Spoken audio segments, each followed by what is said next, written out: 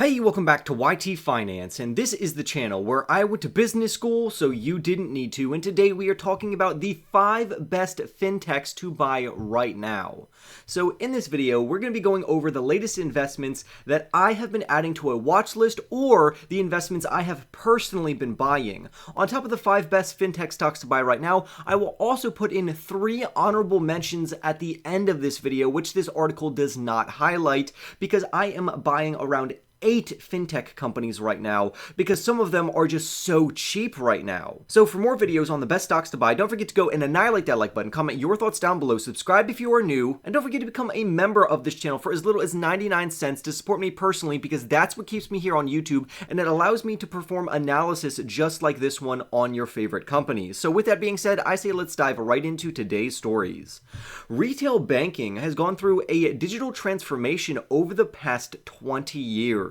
And this has mainly been due to the advent of mobile banking. This is why all of the major blue chip banks have invested heavily in fintech to provide digital banking services to the newer and younger generation, or they have at least acquired a fintech bank. Some of the larger institutions have either decided to build their own fintech divisions or outsource this to another bank. Because as these banks focus on digital transformation to acquire and attract newer, younger customers, mobile banking and fintech and neobanks have become the main way to do so. Mobile banking has become extremely widely used for its convenient methods of getting banking services like checking your balances or paying bills. On top of that, fintech banks normally have better prices, lower fees, and they allow you to save and build your money even quicker in your savings accounts by offering you over 4% on whatever you put into your account. So if you have $1,000 in your checking or savings account, you could be earning $40 per year just by holding your money there. And although that should not be treated as an investment, it is still a good place to park your money in the meantime when you are mulling over investments. So fintech stocks are on the cutting edge of banking technology,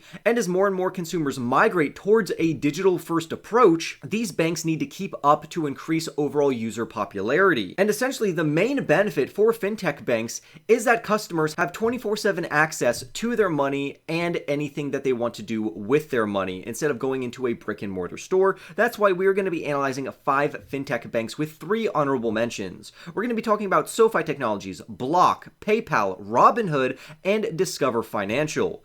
And then if you stay all the way to the end of the video, I will be telling you about 3 stocks that I am buying right now that are not on this list. So with that being said, let's get right into it. Starting off with Sofi Technologies, ticker symbol SOFI, and this is a fintech company or a financial technology company that was founded back in 2011, which was known for their student loan offerings. So they essentially would refinance student loans at cheaper interest rates, which gave former students a huge break. And they still do that today, but they have widened their overall revenue stream to include a plethora of other things such as debit cards, credit cards, bank accounts, personal loans, and many other types of loans. Many people like Sofi Technologies because they offer banking products like their no-fee checking and savings accounts, which saves people from being nickel and dimed by these larger banking institutions. On top of that, they also offer various investment products and services, including robo advisors, individual retirement accounts known as IRAs, and brokerage accounts to invest into stocks or even cryptocurrencies.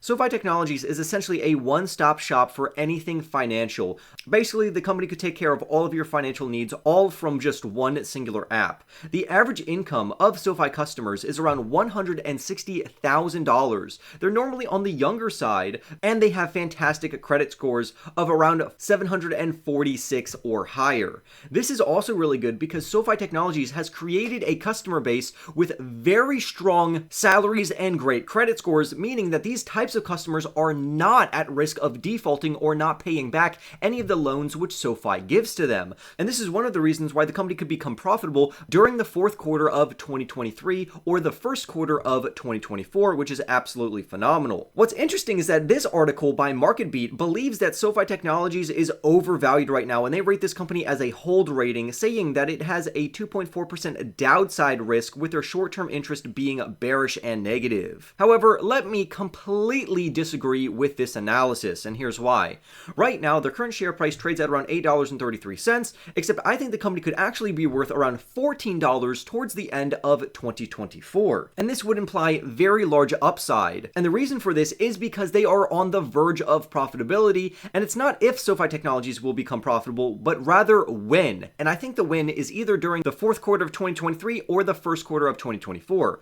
MarketBeat is very bearish on this overall company, giving it just 1.5 stars, except me personally, I would give this company 3.5 stars easily all day, and I would bump that up to a 4-star rating once they actually become profitable. So I completely disagree with MarketBeat, but I do agree that it is a fantastic holding or buying opportunity. But clearly, the lower you can get their share price, the better, because the upside potential up to $14, according to my own analysis, is very steep. And that's why I personally hold SoFi Technologies in my portfolio. Up next, let's talk about Block Inc., ticker symbol SQ. This company was formerly known as Square, but they changed their name to Block after they grew their ecosystem, which would include their Cash App division.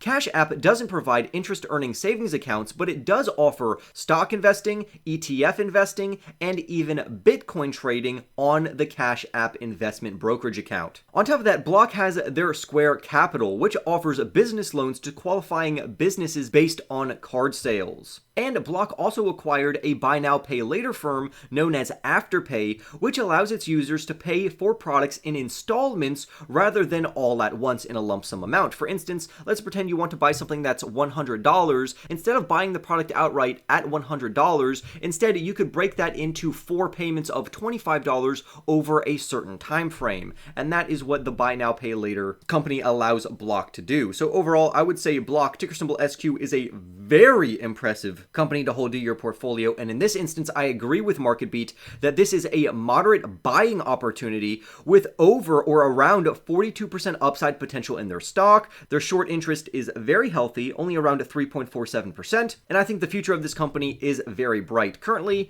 they trade for around $56 per share, but according to my analysis, this company should be trading at around $90 per share over the next 12 months, meaning that towards the end of 2024, this company could almost double in their overall share price, so please keep an eye out for Block. Up next, let's talk about a huge company which really got all of this started, which was PayPal Holdings, ticker symbol PYPL, which is a very recognizable fintech across the world. This absolute behemoth offers many financial services, including working capital loans as well as credit cards. Let me take you back to a time when transferring money from a bank required multiple business days, and when wire transfers took hours, while also charging people very hefty fees for that wire transfer service.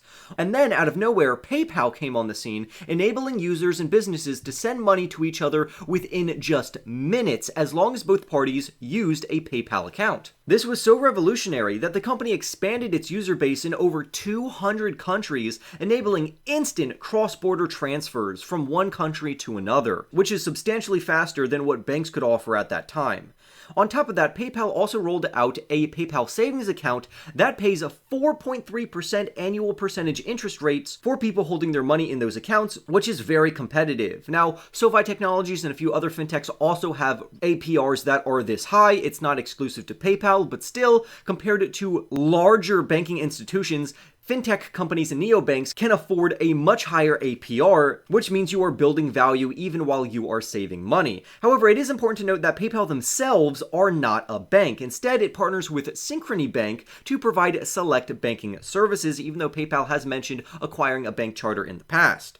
PayPal, ticker symbol PYPL, trades for around $62 per share, and again, I'm going to agree with this article that this company is a fantastic buying opportunity right now. It has close to 50% upside, it has very healthy short interest right now, coming in at just 1.78%, and it could surge up to $125 over the next year, which is absolutely phenomenal.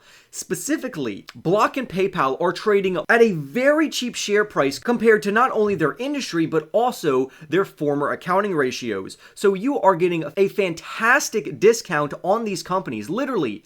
It's like investing into these companies 5 years ago. That's how cheap these shares are right now, and the future upside potential is still extremely strong.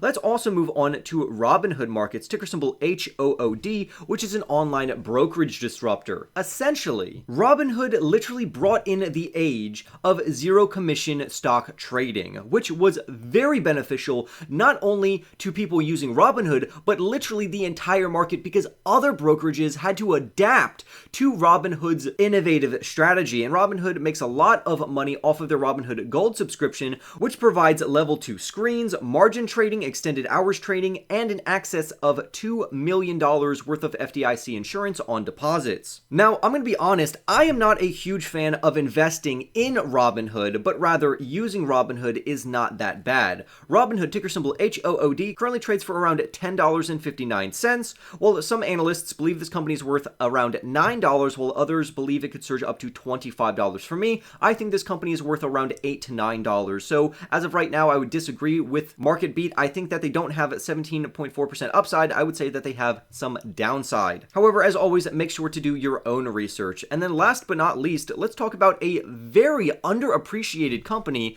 named Discover Financial Services. And honestly, I don't see this company getting a lot of love, but it definitely should, because they are a very impressive company. This company is most known for their credit cards, and they have also diversified into many banking services, including CDs and IRAs, as well as checking, money market accounts, and online savings accounts. But let's just skip straight to the good stuff. Right now, Discover, ticker symbol DFS, is trading for $90 per share. And MarketBeat believes this company is a holding opportunity with around 11.6% upside potential. However, I would also like to add that they have a very strong dividend coming in at around 2.82% on top of very good upside potential. In my view, I would agree with MarketBeat saying that this is worth 3 stars all of the way, except I would say this company is worth between $125 to $150 per share, according to my own analysis. So if you haven't looked into Discover Financial Services, ticker symbol DFS, because this is one of those rare companies that have good growth on top of a decent dividend. But now let's go over quickly 3 honorable mentions. The first one is going to be Ally Financial, which is a digital bank very similar to Sofi Technologies that I don't think gets enough love. Again, they are very strong fundamentally. Up next, let's move to Mercado Libre. If you want some global exposure out of the United States, look into Mercado Libre. They are an amazing fintech company which also specializes in 2 other segments, giving them loads of revenue. Their ticker symbol is MELI. And last but not least, feel free to look into New Banking or New Holdings, ticker symbol NU. All 3 of those companies I have purchased recently, being Ally, Mercado Libre, as well as New Holdings. So feel free to look into these stocks as well as those honorable mentions at the end. And with that being said, please go and press that like button right now if you made it all the way to the end of the video. Don't forget to comment your favorite stock from this list down below, or even comment one that I may have missed in the fintech space. Don't forget to become a member of this channel to support me personally. Subscribe if you are new, and with all of that being said, I will see you in the next YT video.